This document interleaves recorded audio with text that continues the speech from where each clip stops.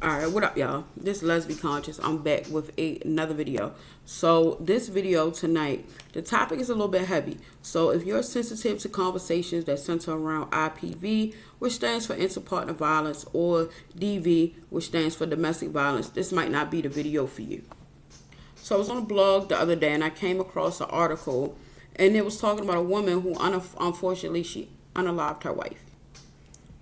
Now, I've always heard that Black lesbian relationships were the leading demographic in DV and IPV, but I was never sure if that was exactly true. So, saying this article, I did the math. I actually looked at the numbers. So, let me first off say that when it comes to cases of DV and IPV, Black people, we number one from jump. So, out of the Black population, 21.5 million women are, 25 million Black people are women. Out of that 21.5 million, 9.8 of them report being in lesbian relationships. That's 2.2 million. Out of that 2.2 million, 43.8% report experiencing IPV or DV. Out of that, I got 968,000. That 968,000, 67.3% of those women who reported experiencing DV or IPV reported the perpetrators to be exclusively female. I don't know about y'all, but one is too high for me. One woman experiencing that, anybody experiencing IPV or DV in a relationship, that's too high. Now, I spoke about in my last video how a lot of gay people face teenage homelessness, and in our relationships, most of the time we living together by the second, third date. I'm just gonna keep it real. That's what we do. I think that also exacerbates it when you don't have your space and you just see somebody all the time and you don't have the emotional tools from jump because you're still dealing with trauma and trying to love somebody. You might express yourself in a very toxic way. And IPV is an umbrella. That could mean, toxic talking, verbal A, physical A, and also sexual A. I can't even wrap my head around a woman actually S-ing another woman. That is crazy. It's a very sad situation, and I was not feeling these numbers at all. I knew it was going to be a lot, but just seeing it was crazy. And it's not just a Google search for me. I have a lot of femme friends. I could look at my circle and be like, damn, okay, I got such and such and such and such.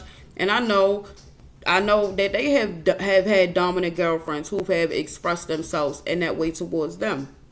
And I'm not going to sit up here and act like everybody's not capable of expressing themselves in a toxic and harmful way.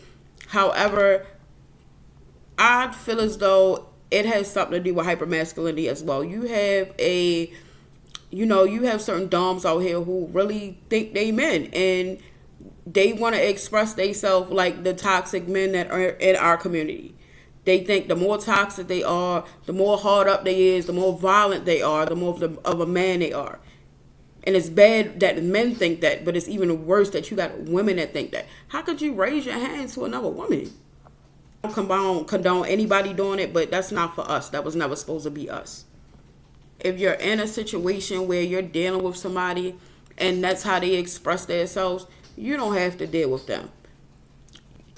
I hope you find a strength in yourself to walk away from that person, and I hope you be safe. And I know it's not easy, but I hope you do find a strength to walk away. Anybody that feels like they have to express themselves in that way, I don't know if anybody ever told you, but I'm going to tell you right now, you can do better than that. Think about it. Is that the type of person you want to be? Is that the energy that you want to really put out there in the world? Because it's going to come back to you.